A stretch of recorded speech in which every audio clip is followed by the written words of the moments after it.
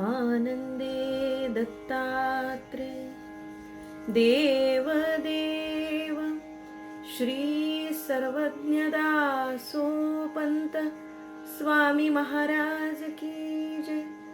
सब संतन की जय। गो माता की जय।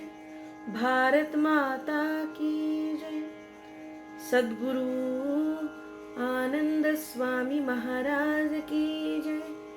जय जय रघुवीर समर्थ मंगलमूर्ती मोरया। अयनेषु च सर्वेषु यथा भागमवस्थिता भीष्ममेवाभिरक्षन्तु भवन्तः सर्व एव हि। या श्लोकावरती भाष्य करताना दासोपंतांनी जवळजवळ 3 ते 4 वेळेला प्रत्येक शब्दावरती निराळ भाष्य केले, म्हणजे ज्याला अर्थाच्या परी असं आपण म्हणतो त्या अर्थे दासोपंतांनी सूक्ष्म त्याच्या परी आपल्याला इथे सांगितल्यात. सांगणं तेच आहे, थोडीशी शैली निराळी म्हणूया किंवा म्हणणं वेगळं म्हणूया, मत एकूण निष्कर्ष तोच, पण वेगवेगळ्या पद्धतीनं त्यांनी या एकेका शब्दाचा अर्थ आपल्याला सांगितलाय. पुन्हा एकदा जवळजवळ 3ऱ्या वेळेला अयनेषु च सर्वेषु या शब्दावर ते बोलतात आहे. प्रवर्तता राजनीती अनंत मार्ग तेथे असती, त्या माझी प्रयोजना येती संग्राम विषयी जे.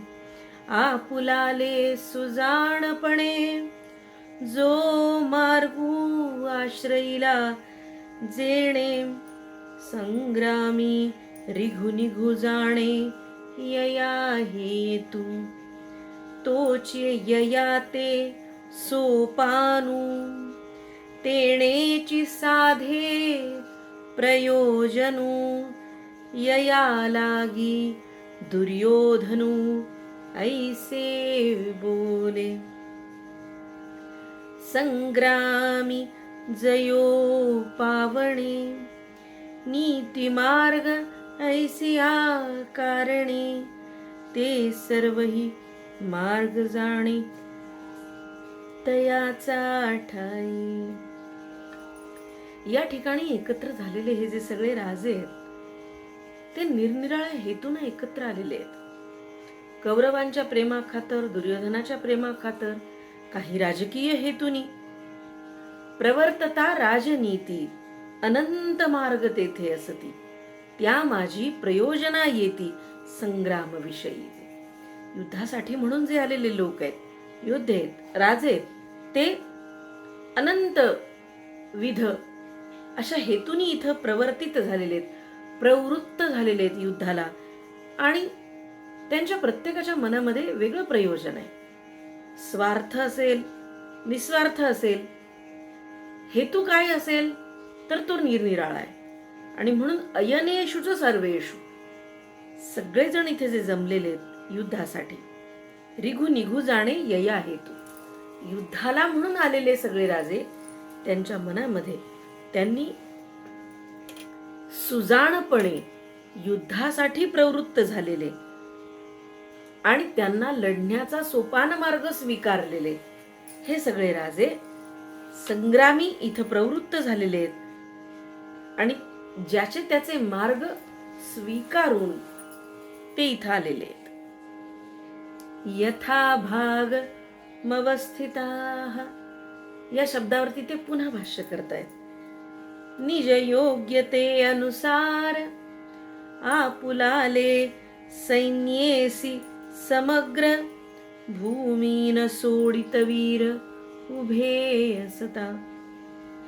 आपापल्या योग्यतेनुसार आपलं सैन्य घेऊन रणसंग्रामासाठी उभे असलेले ही सगळी सैन्य, हे सगळे वीर उभे आहेत. देखो नितया सेना वेगळाली भार रचना, दुर्योधनु विज्ञापना कैसी करी. आणि अशा प्रकारे आपापलं सैन्य घेऊन उभे असलेले, आपलं दळ घेऊन वेगवेगळे उभे असलेले, विविध आपापली भार रचना केलेले हे सगळे सेनापती आणि सैन्य पाहून दुर्योधन या सर्वांना म्हणतो आहे,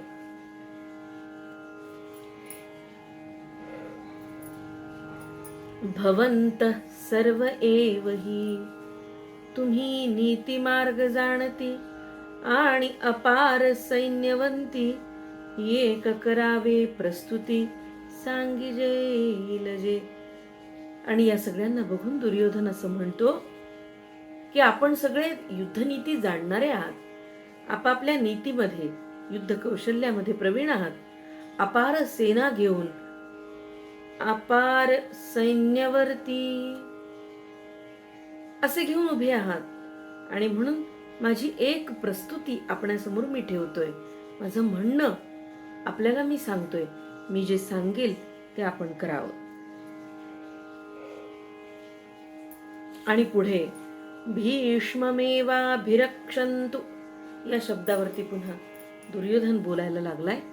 तिसरी वेळ आहे या शब्दावरती. आपण मागे बघून आलो की भीष्ममेवाभिरक्षन्तु या शब्दावरती दासोपंत भाष्य करून आलेत आणि ते पुन्हा या शब्दावरती भाष्य करतायत. नेमकं काय निराळेपण आहे? आपण हे सगळ्याचं सार पुन्हा पाहणारच आहोत. भीष्मची एका ते तुम्ही रक्षावे आजी संग्रामी, निर्धारे हेची आम्ही मागी जतसे, जो फावैल नीती मार्गू तैसाची करावा संग्राम योगू, नीती सोडून प्रसंगू हटाचा न करावा, नीती मार्गे सैन्य बळे तुम्ही पाहिजे यया रक्षिले, आता रक्षण म्हणितले तेची कैसे, जववरी आपणा पुरवे तव तैसे युद्ध संपादावे, विधी मार्गे आणि प्रभावे सैन्य बळाची, नागवे ऐसे जालया पाठीसी यावे यया, मागून पुढून तया भीष्मा रक्षावे, जेणे जेणे मार्गे रिघावा करील तैसा तैसा रक्षावा, जीवा वेगळा न करावा जीवाचा जीव, की आपुलाले नि मार्गे मांडले, आपुलाले नि सैन्य भारे रचले, रणी वीर राहिले युद्धा लागे, तया बोले दुर्योधनू, भीष्मू हा माझा प्राणू, मीची ऐसा मानुनू यया रक्षा, तुमची असती शरीरे तव ययान सोडावे अंतरे, मागे पुढे आदरे सांभाळावा, एकू जाईल बहुतावरी तै तुम्ही याच्याची पदरी, झणे एकाधासी तरी दृष्टी करावी, साम्ये दंडे माया भेदे परदळ भंगावे विनोदे, परी आपण तेणे प्रमादे भुलावे ना. भीष्माची एका ते तुम्ही रक्षावे आजी संग्रामी, निर्धारे हेची आम्ही मागी जतसे. वेगवेगळे राजे एकत्र होऊन जेव्हा हे तुकड्या तुकड्यांमध्ये उभं असलेलं सैन्य हा पाहतोय दुर्योधन, तेव्हा सगळ्या राजांना तो विनंती करतो की माझी एक प्रस्तुती आहे, माझा एक प्रस्ताव आहे, माझं एक निवेदन आहे, ते आपण सगळ्यांनी ऐकायचंय अशी माझी विनंती आहे. आपण एकच निर्धार करा की हे जे भीष्माचार्य आहेत त्यांचं रक्षण तुम्ही आजच्या या संग्रामामध्ये आपण करायचंय. तुम्हाला जो नीतिमार्ग सापडेल युद्धाचा, जो तुम्ही स्वीकारलेला आहे, तुम्ही तो तसाच संग्राम योगू करा. तसंच तुम्ही लढा, त्याच नीतीनं तुम्ही लढा. आपण जो स्वीकारलेला मार्ग आहे त्यानेच तुम्ही लढा, पण मागे हटू नका. नीती मार्गे सैन्य बळे, सैन्याच्या बळावर आपण स्वीकारलेल्या युद्धनीतीनं तुम्ही युद्ध करा. पण जेव्हा तुमच्या असं लक्षात येईल, नागवे ऐसे झालया, आपल्याला हाताशी काही लागत नाहीये, विजयश्री प्राप्त होत नाहीये असं वाटत असेल आणि शत्रू सैन्य आक्रमण करून आपला निपात करील असं वाटतंय, तेव्हा भीष्माचार्यांना वाचवणं, त्यांचं रक्षण करणं हे तुमचं आद्य कर्तव्य आहे, हे लक्षात ठेवा. भीष्माचार्यांच्या पाठीशी तुम्ही या, मागे पुढे उभे राहा आणि भीष्माचार्यांचं रक्षण करा. ज्या ज्या मार्गांवरून तुम्ही जाणार आहात, जे जे मार्ग तुम्ही स्वीकारणार असाल, त्या त्या मार्गावरती तशा तशा पद्धतीनं केवळ भीष्माचार्यांचं रक्षण करा. जीवा वेगळा न करावा जीवाचा जीव, आणि असा जीवांचा जीव असलेला असा हा भीष्माचार्य, असे हे भीष्माचार्य, त्यांचं केवळ तुम्ही रक्षण करा. की आपुलालेनी मार्गे मांडले, आपुलालेनी सैन्य भारे रचले, रणी वीर राहिले युद्धाला. सगळे वीर आपापल्या मार्गाने, आपापल्या नीतीनं आपल्या तुकडीचं सेनापती पद आणि सैन्य म्हणून सगळे रणी वीर लढतायत युद्धासाठी केवळ.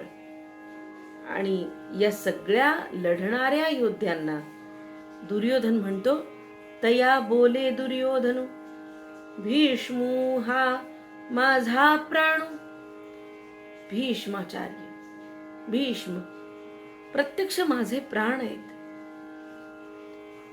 भीष्म नव्हे किंवा भीष्माचार्य नव्हे, तर त्या ठिकाणी प्रत्यक्ष मीच आहे असं मानून भीष्माचार्यांचं रक्षण तुम्ही करा.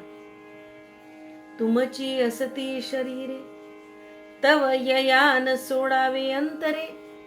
भीष्माचार्यांच्या मध्ये आणि तुमच्यामध्ये तुम्ही फार अंतर आहे असं मानू नका.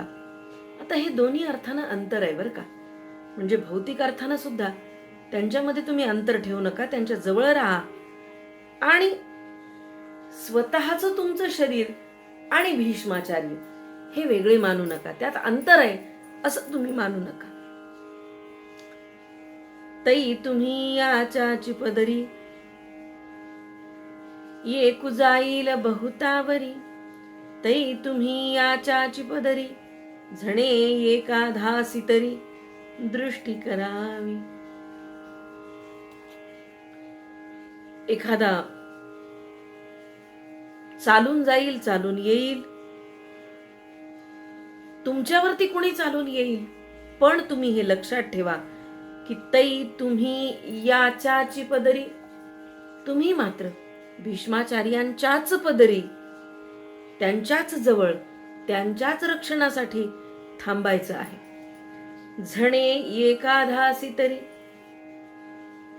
दृष्टी करावी.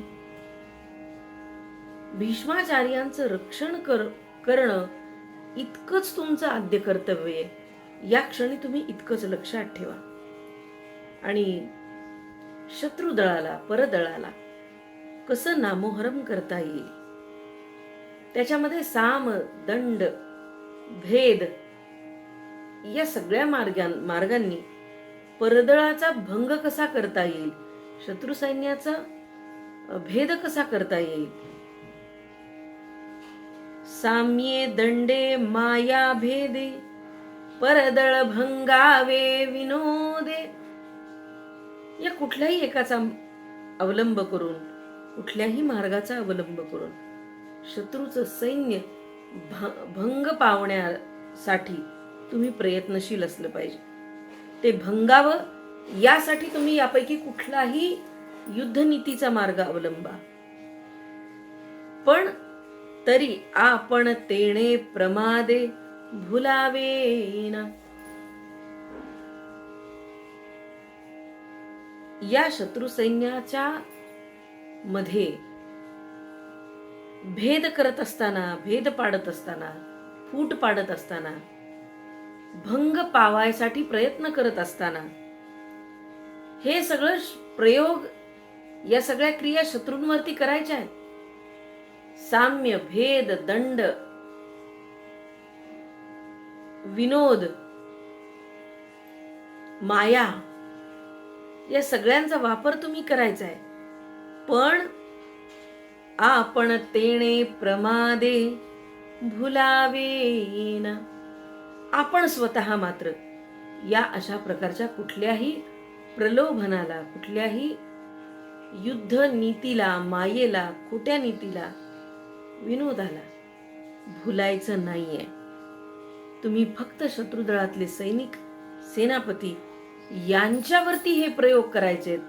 स्वतः मात्र कुठल्याही प्रकारच्या प्रलोभनाला, मायेला, विनोदाला भुलायचं नाही. पुन्हा एकदा अयनेषु च सर्वेषु या शब्दावरती दासोपंत भाष्य करतात बघा.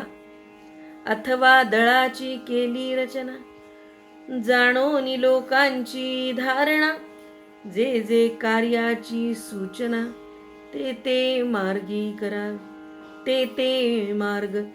ये की पुढेची असावे, ये की दोही भुजी चालावे, ये की पाठीसी यावे, ऐसे केले.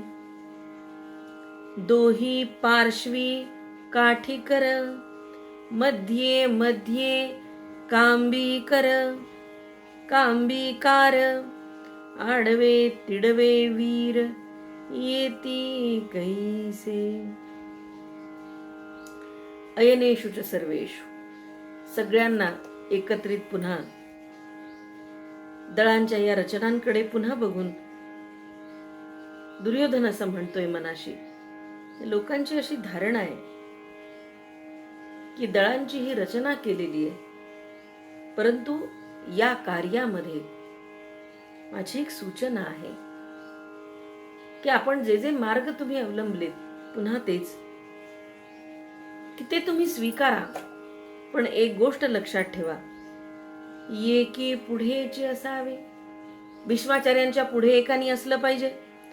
ये की दोही भुजी चालावे, भीष्माचार्यांच्या दोन्ही बाजूला, दोन्ही वाम आणि सव्य अशा दोन्ही बाजूला एकेकानी चालायचे. ये की पाठीसी यावे, ऐसे केले. एकानं पाठीशी असलं पाहिजे आणि अशा प्रकारे भीष्माचार्यांचं संरक्षण करत आम्हाला लढलं पाहिजे. दोन्ही पार्श्वभागावरती काठी कर, हातामध्ये दंड आहेत त्यांच्या, मध्ये मध्ये कांबी कर, आणि मध्ये मध्ये धातूच्या शस्त्रांनी युक्त असे हातामध्ये घेतलेले अस्त्र ज्यांच्या हातात आहेत, असे योद्धे उभे करावेत.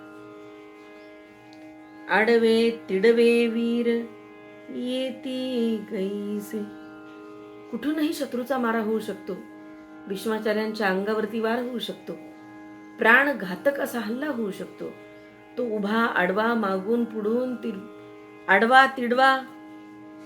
आणि म्हणून अशापासून आपल्या या भीष्माचार्यांचं रक्षण तुम्ही सगळ्यांनी करायचं आहे.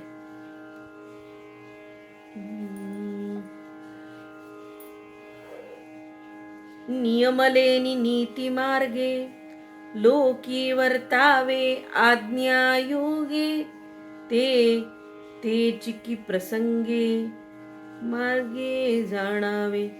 ऐसे नियम सकळैक, तै ते मार्ग अनेक, तया समस्ता मार्गी लोक, तेची कैसे. दासोपंत असं वर्णन करतायत की युद्धनीतीच्या नियमांचं, नीतीचं उल्लंघन न करता लोकांच्या आज्ञेला शिरसावंद्य मानून किंवा ही आज्ञा जी दिलेली आहे ती डोळ्यासमोर ठेवून आपण या नियमांचं पालन करून सगळ्यांनी आपापले मार्ग अवलंबावेत. ते मार्ग अनेक तया समजता मार्गी लोक तेच अवलंबावे. आपापल्या तुकडीला जो आदेश आपण दिलेला आहे, जी युद्धनीती आपण अवलंबणार आहात त्याच्याशी आपण इमान राखलं पाहिजे. ते सगळे मार्ग आपण अवलंबले पाहिजेत आणि तेच मार्ग तुम्हाला या ठिकाणाहून तारून नेणार आहेत. तया समजता मार्गी लोक तेची कैसे. अशा सगळ्या तुकड्यांचं निरीक्षण हा दुर्योधन करतोय आणि पुन्हा पुन्हा या राजांना सांगतोय की आपण यामध्ये केवळ रक्षण म्हणून नव्हे भीष्माचार्यांचं, तर नियमांचं पालनही आपण सगळ्या करायचंय. माझ्या आज्ञेचंही पालन करायचंय. सगळे मार्ग तुम्ही जाणता आहात, जाणता. सगळे नियम तुम्ही जाणता. ते नियम, ते मार्ग तुम्ही अवलंबायचे आणि तया समजता मार्गी लोक तेची कैसे. त्या सगळ्या मार्ग अवलंबणाऱ्या लोकांच्या वरती, त्या लोकांना घेऊन युद्धनीतीचं पालन करून तुम्हाला लढायचं आहे. आपुलालेन कार्य विभागे चालावे आपुलालेन मार्गे न होवावे पुढे मागे ऐसा नियमू. आपापला कार्यविभाग, आपली जी तुकडी आहे ती तुकडी घेऊन आपापल्या मार्गानं तुम्हाला जे नेमून दिलेलं काम आहे, तुम्हाला ज्या पद्धतीनं सांगितलेलं काम आहे किंवा तुम्ही स्वतः जे मार्ग अवलंबणार आहात ते सगळे घेऊन न होवावे पुढे मार्गे ऐसा विश्वासू. हे दुसरं कुणी करील किंवा आपापल्या मार्गाने चालताना मागे पुढे अजिबात व्हायचं नाहीये. आपली जागा सोडायची नाहीये. न होवावे पुढे मागे ऐसा नियमो. युद्धाचा नियम सांगतायत ते प्रत्यक्ष रणभूमीवर जा. दुर्योधन आज्ञा करतोय की आपापल्या कार्यविभागामध्ये आपण उभे आहात, स्थिर आहात, आपापल्या मार्गाने आपण लढणार आहात, पण नो होवावे मागे पुढे. आपण कुणीही आपली जागा सोडायची नाहीये, मागे पुढे व्हायचा नाहीये. असा नियम आहे आणि तो नियम आपण सगळ्यांनी पाळायचा आहे. एवं सकळा मार्गी वर्तते आश्रयूनी कार्यविभागाते. आपला आपला कार्यविभागाचा आश्रय घेऊन सगळ्या या सैन्याला मार्गाला लावायचे. न सोडीत ठायाचे ठेले वीर.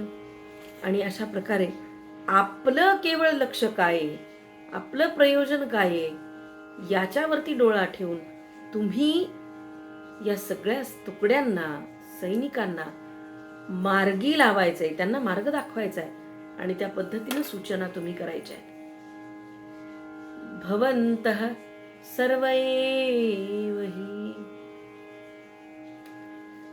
तेही एक करावे जे माझेही बरवे पुढतो पुढती न पुसावे सांगणे एकच गोष्ट करायची आहे. माझं सुद्धा क्षेम तुम्ही कोणी विचारायचं नाहीये.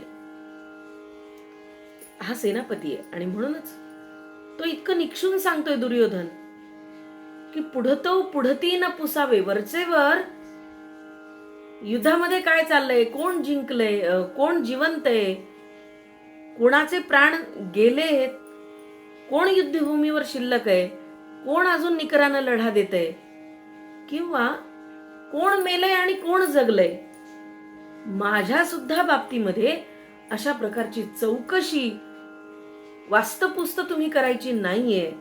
आणि एवढं एकच सांगणं आहे तुम्हाला की भीष्ममेवा भिरक्षन्तु. आणि पुन्हा एकदा या भीष्ममेवावर दासोपंत भाष्य पुढे करतायत. आणि मला वाटतं ही चौथी वेळ आहे. ते काय सांगतायत ते उद्याच्या भागामध्ये आपण बघूया. आज इथे थांबते. आनंदे दत्तात्रे देव देव श्री सर्वज्ञ दासोपंत स्वामी महाराज की जय.